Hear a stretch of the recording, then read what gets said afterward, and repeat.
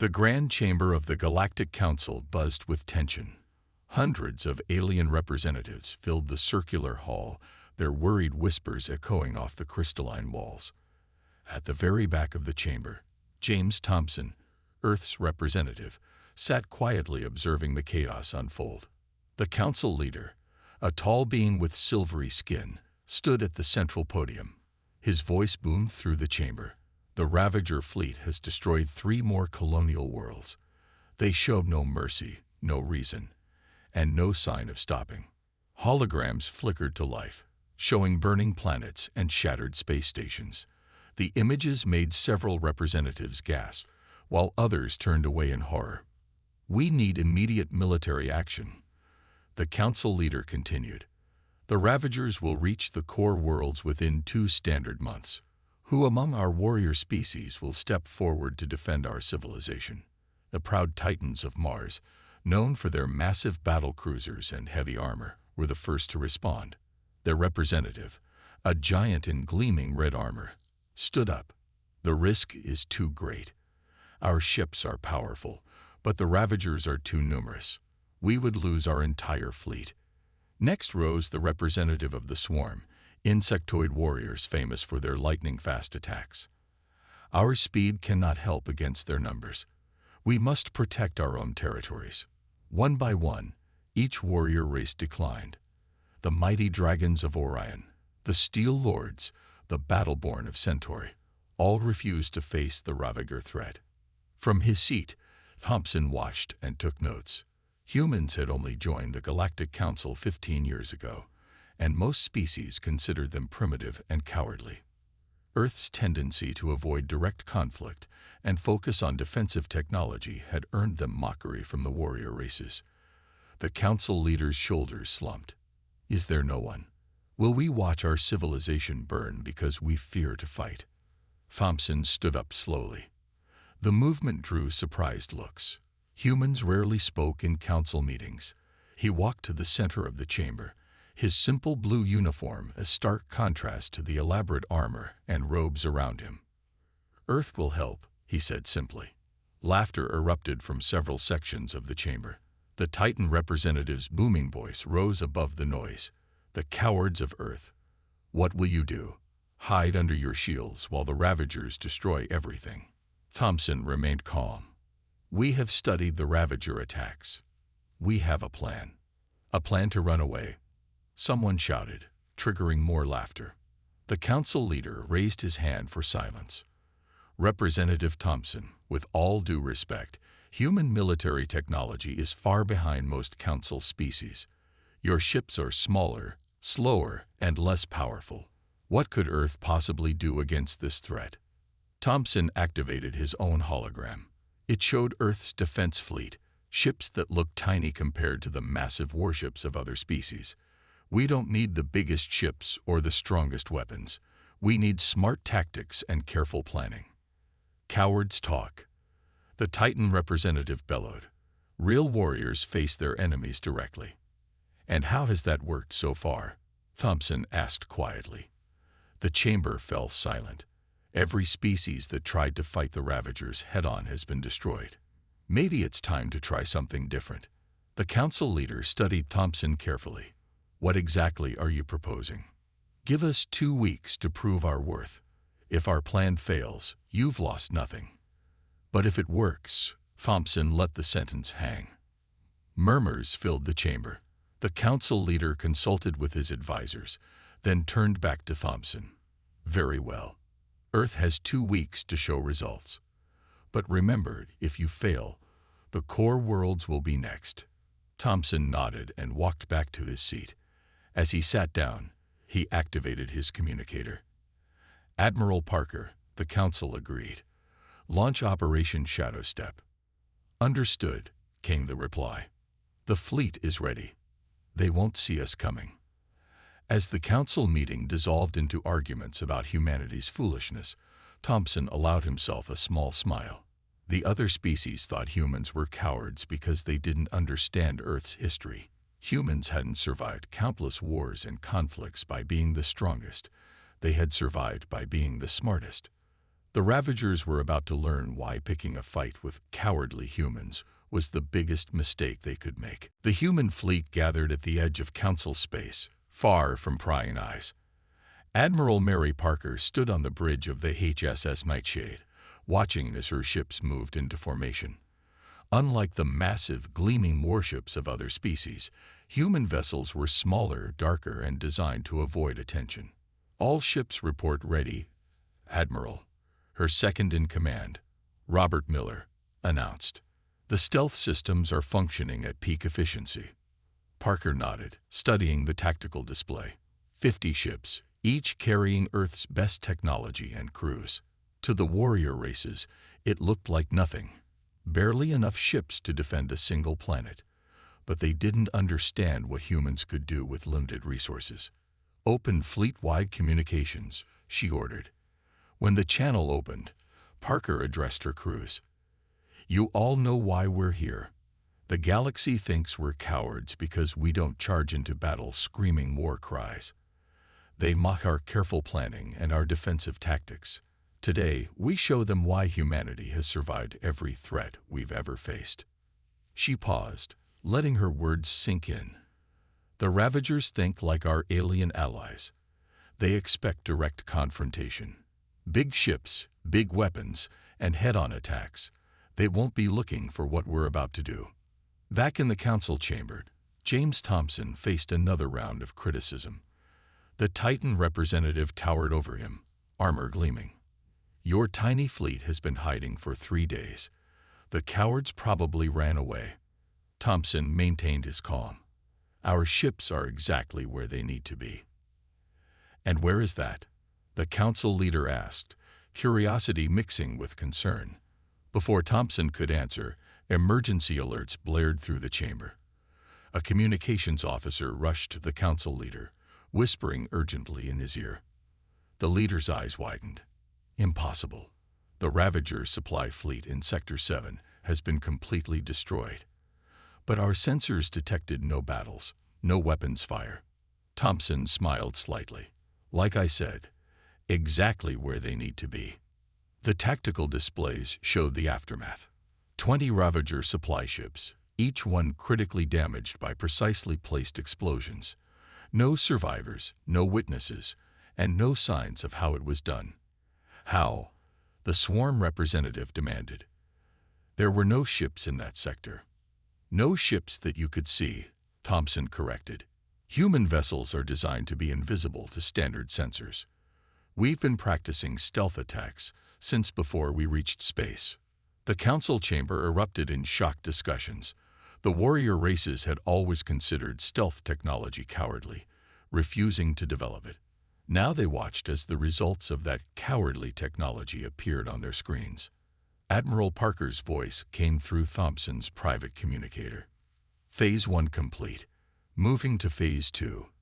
The Ravagers are responding exactly as predicted. They're pulling combat ships back to protect their supply lines. Good work, Admiral, Thompson replied. The Council is starting to understand. They haven't seen anything yet, Parker said, a hint of pride in her voice. Wait until they see what we can do with our new ECM systems. On the Nightshade's bridge, Parker watched as her fleet regrouped.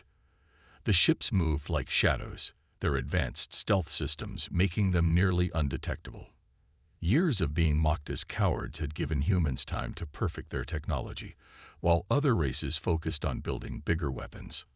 Next target identified, Miller reported. Their command and control station in Sector 9. They've doubled the guard ships, but they're looking in the wrong direction. Parker nodded. Just as we expected. Transmit attack coordinates to the fleet. Remind all captains. No heroics, no glory-seeking. We strike from the shadows and disappear. That's how humanity has always won its biggest battles. As her ships moved into position, Parker thought about how the other species never understood. They called humans cowards for avoiding direct fights, but they never asked why. They never wondered what kind of history would teach an entire species to value survival over glory. The Ravagers were about to learn what every human knew. Sometimes the most dangerous enemy is the one you never see coming. Deep in the void between stars, Admiral Parker's fleet moved like ghosts through space. The HSS Nightshade led the formation, its dark hull absorbing sensor waves and light alike. Inside the ship's command center, Parker studied the latest intelligence reports. The Ravagers have lost 30% of their supply capacity, Miller reported. They're getting desperate. Their combat ships are scattered, trying to protect too many supply routes at once. Parker nodded, watching the tactical display. Red dots showed Ravager ships rushing from point to point, trying to predict where the humans would strike next. But they were always too late. Launch the next phase, Parker ordered. Operation Ghostlight. Across the human fleet, small pods detached from the ships. Each pod was barely larger than a shuttle, carrying minimal crew and maximum electronic warfare gear. They scattered in different directions, their stealth systems making them virtually invisible. In the council chamber, the alien representatives watched in confusion as Ravager ships began reporting strange sensor contacts. Phantom fleets appeared and disappeared. Communication signals came from empty space. Navigation systems showed impossible readings. What trickery is this? The Titan representative demanded, turning to Thompson. Psychological warfare, Thompson explained. The Ravagers are used to enemies they can see and fight. But how do you fight an enemy that might not even be there? On the main display, a Ravager battle group fired their weapons at empty space, chasing sensor ghosts. Their formation broke apart as each ship chased different phantom targets. They didn't notice the real human ships slipping past their defensive line. Your ships waste time with tricks while the enemy still stands. The swarm representative chittered angrily. Where is the honor in this? Thompson's reply was interrupted by new alerts. 3 more Ravager supply depots had gone dark, their defense fleets found drifting with disabled engines and weapons. Not a single shot had been fired.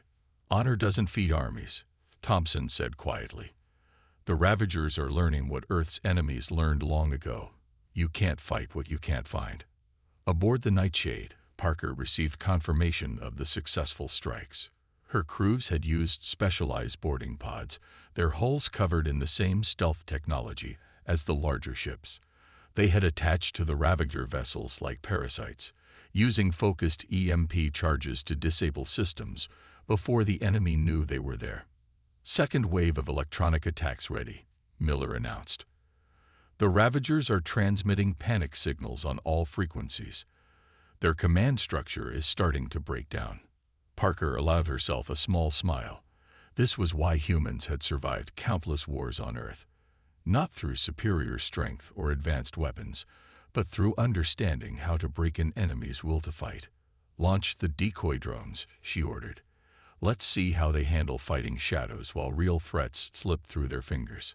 Hundreds of small drones launched from the human fleet, each one programmed to mimic the sensor signature of a larger ship. They moved in complex patterns, creating the illusion of massive battle fleets appearing throughout Ravager territory. In the council chamber, the tactical displays looked like chaos. Ravager ships fired at phantom targets while human vessels struck their blind spots. Supply lines collapsed. Communication networks fell silent. The mighty Ravager fleet was being defeated not by superior firepower, but by fear and confusion. This isn't warfare, the Titan representative protested. Where are the glorious battles? The tests of strength. Thompson gestured to the display. This is how humans fight. We learned long ago that the strongest warrior can be defeated by a clever plan. The Ravagers thought like you, that direct confrontation was the only way to wage war. Now they're learning differently. Admiral Parker's voice came through his communicator again. Phase 3 complete. Their fleet is scattered, their supplies are cut off, and their commanders are starting to fight each other. Should we show them what real human warfare looks like? Not yet, Thompson replied, watching the council's reactions. Let them see what cowardly tactics can accomplish first. The real demonstration comes next. The council members watched in stunned silence as another Ravager battle group fell into disarray, firing at shadows while human ships slipped away unseen.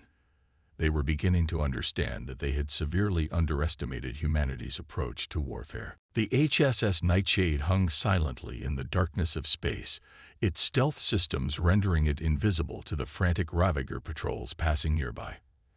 Admiral Parker stood at her command station, watching as the enemy ships searched uselessly for threats they couldn't see. "Status report," she ordered. Miller brought up the latest data. The Ravagers have lost 60% of their supply infrastructure. Their main fleet is divided into small groups, each trying to protect what's left. Morale is breaking down. We're intercepting arguments between their commanders. "And our losses?" Parker asked, though she already knew the answer. 0 ships lost. 3 minor injuries from boarding operations. Miller allowed himself a small grin. "They still haven't managed to land a single hit on our fleet." The tactical display showed the full scope of the situation. The once mighty Ravager armada was scattered across dozens of sectors, chasing sensor ghosts and jumping at shadows. Every supply line they tried to protect became a weakness that human ships exploited. In the council chamber, the alien representatives had fallen silent. The mockery of human tactics had stopped as they watched the systematic dismantling of the galaxy's most feared military force. "Show us the battle footage again," the council leader requested. "How are they doing this?"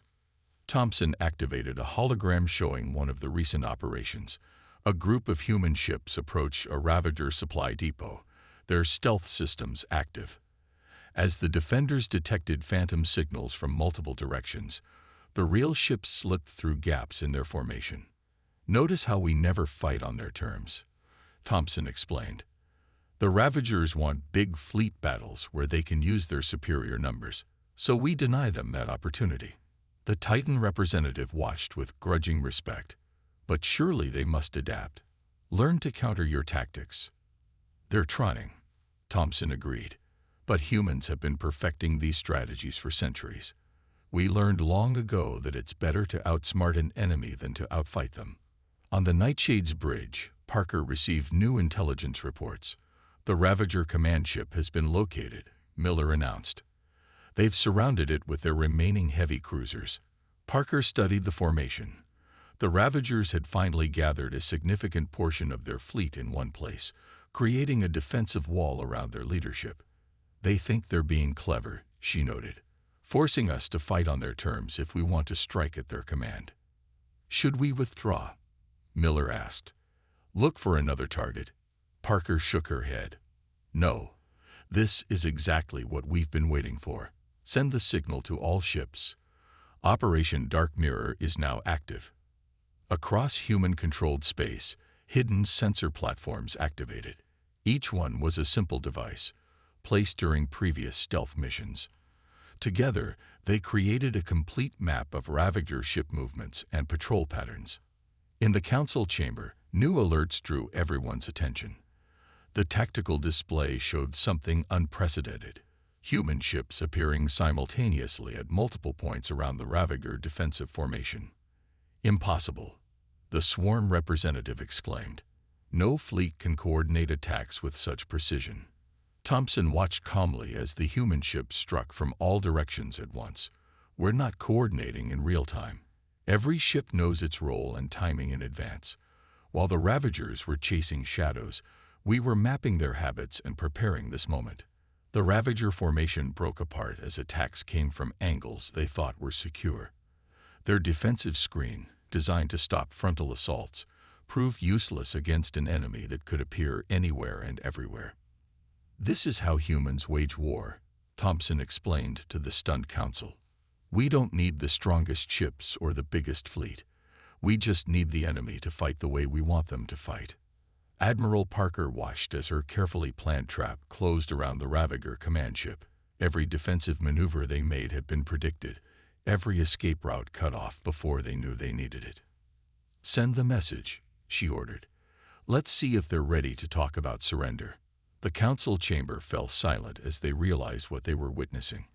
The species they had mocked as cowards had just outsmarted the most powerful military force in known space, and they had done it without losing a single ship. The council chamber buzzed with nervous energy as the Ravager command ship's surrender played out on the main display. Thompson stood calmly as dozens of alien representatives approached him, their previous mockery replaced by urgent questions. "How did your species develop these tactics?" the council leader asked. "Why did you choose this path instead of building bigger warships?" Thompson activated a new hologram, showing scenes from Earth's history. Images of ancient battles flowed across the display: guerrilla warriors defeating larger armies, submarine warfare, stealth aircraft, and modern cyber attacks. "Humans learned these lessons the hard way," he explained. "Our planet has seen thousands of years of warfare. We discovered that the strongest army doesn't always win. The smartest one does." The images shifted to show early human space conflicts. "When we reached the stars, we knew we couldn't match other species in raw power. So we didn't try. We took our old lessons and adapted them for space warfare." Meanwhile, aboard the Nightshade, Admiral Parker supervised the securing of the Ravager command vessel. Her boarding teams moved through the massive ship like ghosts, disabling systems and securing critical areas before the enemy could mount any resistance. "Their technology is far advanced compared to ours," Miller noted, examining captured Ravager systems. "Their ships are stronger, their weapons more powerful. By all normal military logic, we should have lost." Parker nodded. "That's because they think like warriors, not survivors. Humans had to learn the hard way that survival matters more than glory." In the council chamber, the Titan representative studied the battle recordings with new eyes. "Your ships are designed to avoid detection, not to dominate battles. Your weapons disable rather than destroy. Even your crews are trained to accomplish objectives without fighting. Because that's how humans survived on Earth," Thompson explained. "In our history, many great empires fell because they focused on building the strongest armies. The civilizations that survived were often the ones that learned to fight smarter, not harder." The tactical displays showed the full extent of the human victory. The mighty Ravager fleet lay scattered and broken, defeated not by superior firepower, but by an enemy they couldn't understand or counter. "Your species' reputation for cowardice," the swarm representative began hesitantly. "It was a deception." Thompson shook his head. "Not exactly. We genuinely prefer to avoid direct conflict when possible. But that's not because we're afraid. It's because we've learned there are better ways to win." On the Nightshade's bridge, Parker received a priority message from Earth Command. After reading it, she opened a channel to Thompson. "The Council needs to understand something else," she said. "Show them what happens when humans are forced to fight directly." Thompson nodded and activated one final series of images. These showed Earth's more devastating weapons: planet crackers, stellar disruptors, and worse. The council members fell silent as they realized the truth. "We don't avoid direct combat because we're weak," Thompson explained quietly. "We avoid it because we know exactly how destructive we can be. Humanity learned to value cunning over force because the alternative was too horrible to contemplate." The council leader looked shaken. "Your species had these weapons all along, yet you chose not to use them." "The best victory," Thompson quoted, "is the one that requires the least destruction. Another lesson we learned from our history." As the council members digested this revelation, Admiral Parker's fleet began the process of securing Ravager territory. Their cowardly tactics had achieved in weeks what the warrior races had deemed impossible. "Perhaps," the council leader said finally, "it is time for us to reevaluate our understanding of courage, and to learn from those we too quickly judged as cowards." Thompson smiled slightly. "Humans have a saying: those who don't learn from history are doomed to repeat it. We learned from our history. Now the galaxy has learned from the Ravager's mistake." The council chamber hummed with discussion as species that had prided themselves on their warrior cultures began to consider a different way of thinking about warfare and courage. Sometimes they were beginning to understand. The most dangerous opponent isn't the one who fights the hardest. It's the one who fights the smartest. Admiral Parker gathered her fleet commanders for the last phase of their operation. The holographic conference showed faces of ship captains who had mastered the art of invisible warfare over the past weeks. "The Ravager High Command has surrendered," Parker began, but their remaining fleet captains refused to stand down. "They've gathered their forces for one final battle." The tactical display showed the remaining Ravager ships, still a formidable force, clustering around their last major stronghold. Unlike their previous scattered formations, this time they had adopted a tight defensive posture. "They think they finally figured out how to counter our tactics," Miller observed. "No gaps in their formation, overlapping sensor coverage, constant patrol patterns." Parker nodded. "They're expecting more stealth attacks, so we're going to show them something new." Operation Thunderbolt begins in 6 hours. Back in the council chamber, Thompson received the battle plans. As he studied them, the alien representatives crowded around, eager to see how humans would handle a direct confrontation. "Your stealth tactics won't work against such a tight formation," the Titan representative pointed out. "They finally forced you into a real fight." Thompson's slight smile made several council members nervous, who said stealth was our only trick. Across human space, reserve ships emerged from hidden docks. Unlike the stealth vessels used so far, these ships bristled with electronic warfare systems and electromagnetic pulse weapons. They moved to predetermined positions, their crews running final checks on systems that had never been revealed to the galaxy at large. "All ships report ready," Miller announced on the Nightshade's bridge. "The Ravagers are detecting our approach. They're preparing for battle." Parker opened a channel to the enemy fleet. "This is Admiral Parker of the Human Defense Force. This is your final chance to surrender." The response came quickly. "We will die like warriors, not hide like cowards." "As you wish," Parker said quietly.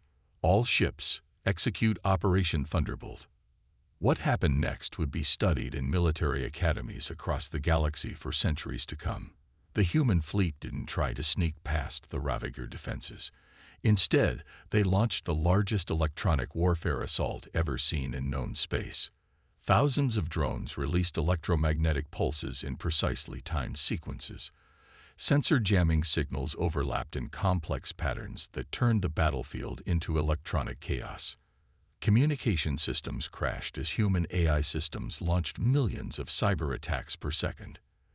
In the council chamber, the tactical displays went wild.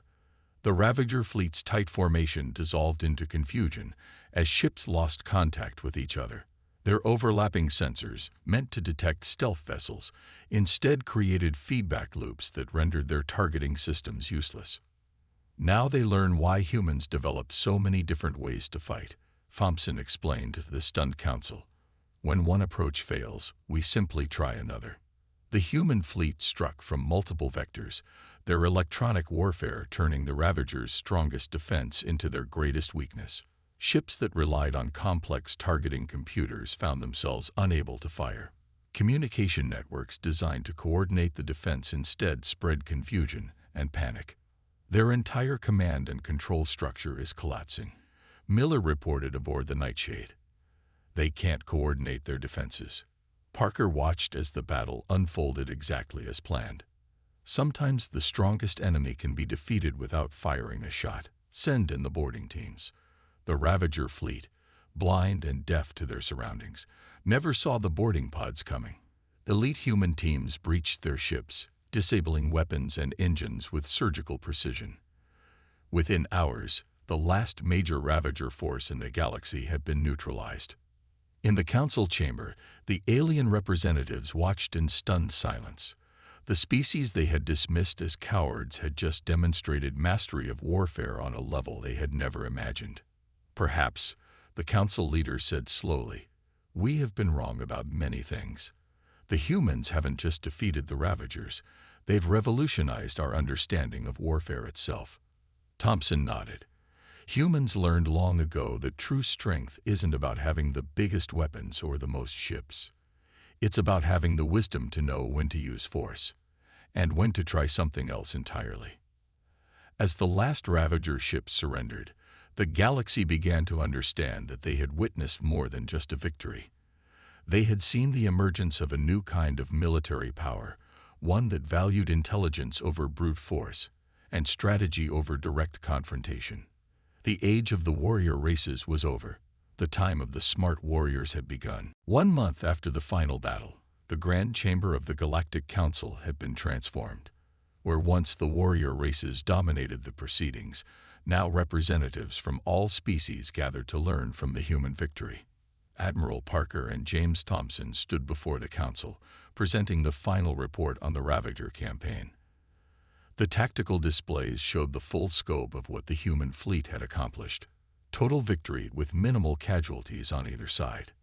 The last Ravager holdouts surrendered yesterday, Parker reported. Their fleet has been disarmed, and their territories are under council control. Total human casualties, 7 injured, no deaths. Enemy casualties, 43 dead, mostly from accidents during their own panic responses. The council chamber buzzed with amazed whispers. The Titan representative, who had once led the mockery of human tactics, stood to speak. "We called you cowards," he admitted. "We thought your careful approach to warfare showed weakness. We were wrong. You defeated an enemy that had terrorized the galaxy, and you did it while preserving both your forces and theirs." Thompson nodded in acknowledgement. Humans learned through centuries of warfare that victory doesn't always mean destruction. Sometimes the greatest strength is knowing how to win without fighting. The council leader raised his hand for attention. "The warrior races of the council have submitted a formal request. They wish to send observers to Earth to learn your military doctrine." "We would be honored," Thompson replied. "But they should understand. Our methods aren't just tactics and technology. They come from our entire approach to conflict." Parker activated a new hologram, showing scenes from human history. "Every major human war taught us lessons. We learned that the side with the biggest army doesn't always win. We learned that destroying an enemy's will to fight is more effective than destroying their forces. Most importantly, we learned that the best warriors aren't always the ones who fight the hardest." The swarm representative chittered thoughtfully. "Your species' reputation for caution. It was actually a sign of advanced military thinking." "In a way," Thompson explained, "humans are capable of incredible violence when necessary. But our history taught us to be careful with that power, to look for smarter solutions." The tactical displays showed recordings from the campaign, stealth ships slipping past enemy lines, electronic warfare crippling superior forces, precise strikes that disabled rather than destroyed. "The Ravagers fought like we used to," the Titan representative observed. "Direct confrontation, overwhelming force." "And they lost," Parker finished. "Just like so many armies in human history who thought that was the only way to wage war." The council leader stood, his silvery skin catching the chamber's light. "In recognition of humanity's service to the galaxy and their revolution in military doctrine, the Council proposes creating a new position, Strategic Defense Advisor. Admiral Parker, we would be honored if you would accept this role." Parker looked at Thompson, who nodded slightly. "I accept on one condition," she said. "The position must focus not just on military tactics, but on teaching when not to fight. That's the most important lesson humanity can offer." As the council members applauded, Miller's voice came through Parker's communicator. "The fleet is picking up unusual signals from the galactic core. Possible new threat." Parker smiled slightly. "Tell them to maintain stealth protocols. Looks like the galaxy might need humanity's cowardly approach again soon." Thompson addressed the council one final time. "Humans have a saying. The supreme art of war is to subdue the enemy without fighting. Today, the galaxy has learned what we learned centuries ago. That true courage isn't about seeking battle, but about finding better ways to achieve victory." The chamber erupted in applause as the council voted unanimously to accept humanity's new role. The species they had once mocked as cowards had become their teachers in the art of intelligent warfare. As Parker and Thompson left the chamber, they passed a group of young alien military officers eagerly discussing human tactics. The galaxy was changing, moving away from the old ways of the warrior races toward a more thoughtful approach to conflict. "Think they'll ever understand?" Parker asked quietly. Thompson watched the aliens, studying battle recordings. "They're learning what humanity learned long ago. Sometimes the smartest warrior is the one they call a coward." The future of galactic warfare had changed forever, shaped by the species that dared to fight differently.